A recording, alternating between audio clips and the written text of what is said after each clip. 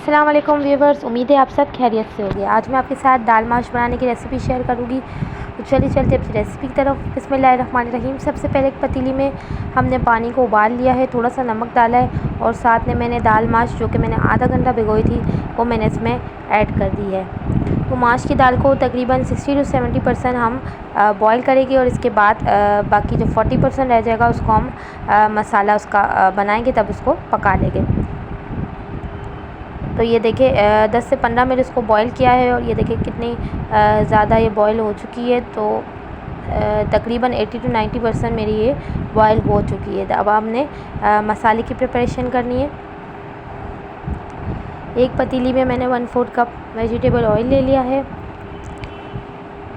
साथ में करी पत्ते ऐड कर दिए, 7 से 8 अदद।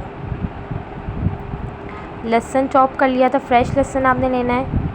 और साबुत लाल मिर्च मैंने ले ली। ये तड़का आप बाद में भी ऐड कर सकते हो और स्टार्ट में भी ऐड कर सकते हैं। मैंने इसको स्टार्ट में ही तड़का दे दिया है ताकि एंड में आपको देने की ज़रूरत ना पड़े। तो इसको हल्का सा फ्राई करेंगे टिल इसकी जो अच्छी सी स्मेल आ जाए। करी पत्ते और लहसुन की बहुत अच्छी सी स्मेल आती है। वो स्मेल जब आने लगे तो इसके बाद हमने प्याज को 2 से 3 अदद प्याज चॉप किए रफली उसको ऐड कर देना है। प्याज को हमने ज़्यादा फ्राई नहीं करना है, प्याज को लाइटिश जो है पिंक कलर देना है, ज़्यादा इसको डार्क रेड नहीं करना। ये देखिए प्याज इस तरीके से हो चुकी है फ्राई। इसके साथ ही टमाटर मैंने चॉप कर लिए थे 3 से 4 अदद। तो टमाटर मैंने ऐड कर दिए और इसके साथ ही बाकी तमाम स्पाइसेस भी डाल दूँगी। लहसुन अदरक का पेस्ट डालेंगे पहले हम 1 टेबल स्पून और अब बाकी स्पाइसेस मैं इसमें ऐड कर दूँगी। नमक 1 टेबल स्पून, ये हस्बे ज़रूरत आप ऐड कर सकते। हल्दी पाउडर फुल आपने 1 टीस्पून भर के डालनी है और 1.5 टीस्पून लाल मिर्च पाउडर डालना है। अगर आप कम स्पाइसी खाते तो आप फिर 1 टीस्पून ही डालें, क्योंकि मैं हरी मिर्चों का भी एडिशन करूँगी। और धनिया पाउडर 1 टीस्पून मैंने ऐड किया है।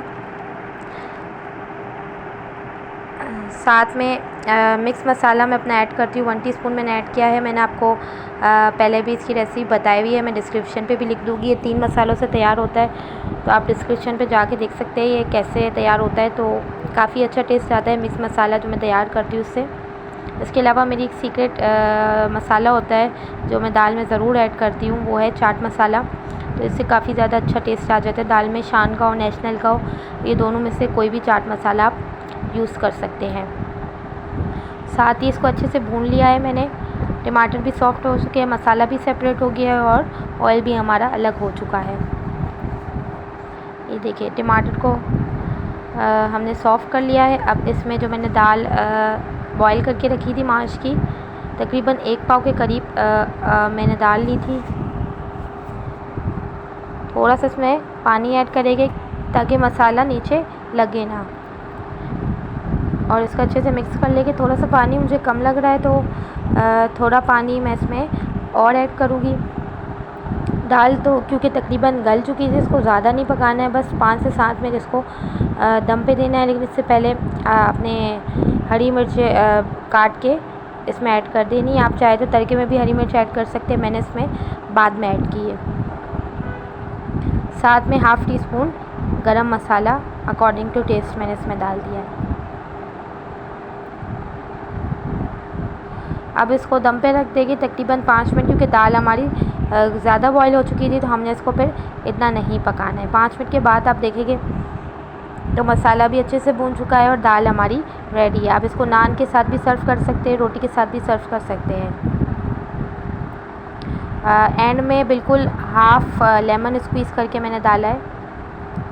तो लेमन और चाट मसाला ये 2 मेरे सीक्रेट होते हैं दाल में, जिससे बहुत ही ज़्यादा अच्छा टेस्ट आता है दाल में। तो ज़रूर ट्राई कीजिएगा आप भी, और इसको सर्व करके भी आपको दिखाऊंगी। आप भी ये रेसिपी ज़रूर ट्राई कीजिएगा। एंड में आपने धनिया पुदीना वगैरह जो आप गार्निश करना चाहें कर सकते हैं।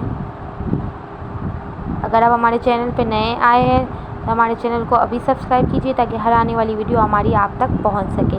तब तक के लिए अपना बहुत ज़्यादा ख्याल रखिए। अल्लाह हाफ़िज़।